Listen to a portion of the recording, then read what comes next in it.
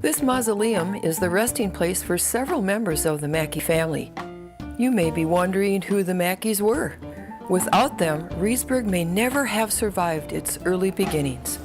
The Mackeys played a huge role in preventing Reedsburg from becoming a ghost town.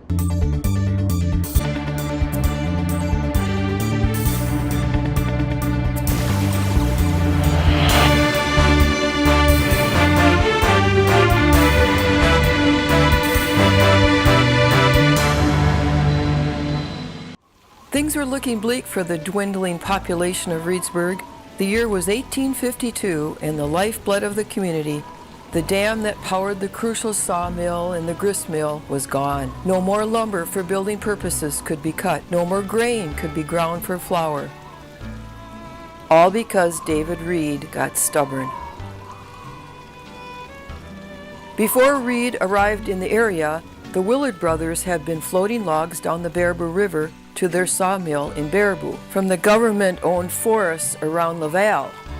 One of the first things Reed did when he arrived here was to build a dam across the river. The dam was used to power a sawmill and a grist mill, which he also built. A short time after the dam was built, Reed decided to no longer let the Baraboo logs pass. He wanted to use them himself. The Willard brothers paid a visit to Reed and demanded that their logs be allowed to pass. Reed refused. Tensions mounted between both communities until the resulting conflict was settled when the U.S. Marshal came to town and ordered the removal of the dam. Reedsburg citizens became very angry with the decision, and they considered jailing the Marshal, but cooler heads prevailed and the order was carried out. Now, without a dam, the sawmill could no longer cut lumber necessary to build houses for new settlers coming to town. No settlers, no growth. Times were hard and about to get harder. David Reed's dream of building a town was slowly flickering. Heavily in debt and without income from the sawmill, a last-ditch effort was made to revitalize the dam and the mills. A company was formed to sell stock, but the venture failed. The future looked bleak. One of Reed's original investors was his brother-in-law, Solomon Mackey, from Broome, New York, Reed's hometown. Mackey was concerned about this investment and was disheartened by the loss of the dam and the failure to revitalize it. But Mackey had an idea that would solve everyone's problems, which included three of his sons, Joseph, Safford, and Ebenezer. Two of the brothers came to Reedsburg the next year in 1853. Joseph was 31 and Safford was 22. Joseph also brought his wife Cornelia and their one-year-old son Frank. Joseph brought two assets with him, a law degree and $6,000 in cash. He used the money to upgrade and purchase the two mills and buy up vacant property. He set up his law office while Safford ran the two mills. The following year, their brother, Dr. Ebenezer Mackey, who went by his initials E.R., moved to town and set up his medical practice. In 1860, the last brother, James, and their parents, Solomon and Cynthia, also settled in Reedsburg. Joseph was able to acquire prime real estate, which shows on the map as the Mackey Addition. The Mackey Addition number 2 and the Mackey Addition number 3. Now that the mills were producing lumber and flour, new settlers started to come to town, buy land, and build houses. One of Joseph's primary services was in writing legal titles for the lots he was selling. Since new settlers often needed financing for homes and businesses, a bank became a priority.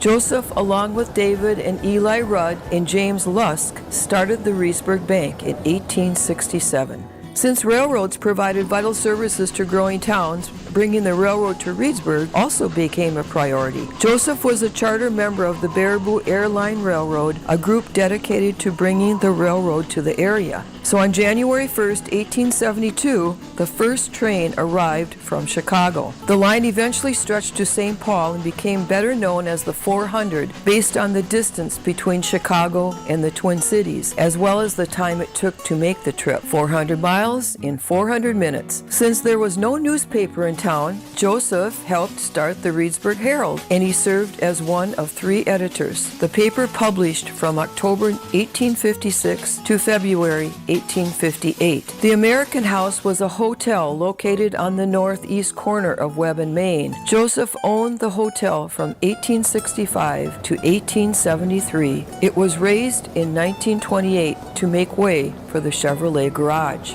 Joseph and E.R. were two of the petitioners to sign the formal request that was submitted to the Missionary Committee of the Columbus Presbytery to establish the Reedsburg Presbyterian Church in town. Dr. E.R. Mackey also dabbled in the hotel business. He, along with David Rudd, built the Mansion House in the 100 block of Vine Street in 1855. Mackey sold his portion in 1860 when he moved to Catskill, New York. The building burned down in 1900. The replacement building served as Reedsburg's second hospital from 1911 until the Park Street Hospital opened in 1933. It was turned into apartments before being razed in 1968. After Safford got the mills running profitably again, he embarked in several endeavors. In 1857, he built the building known as the Old Red Barn, located on the corner of Main and Pine Street, which he used as a private barn and a carriage repair works, complete with forge. This building still stands today. He partnered with Moses Young to operate a general merchandise store at 251 East Main, a business he participated in from 1866 to 1868. By 1876, the flour mill run by Safford was grinding 600 barrels a week. In 1878, Safford became mayor of Reedsburg and served a standard one-year term.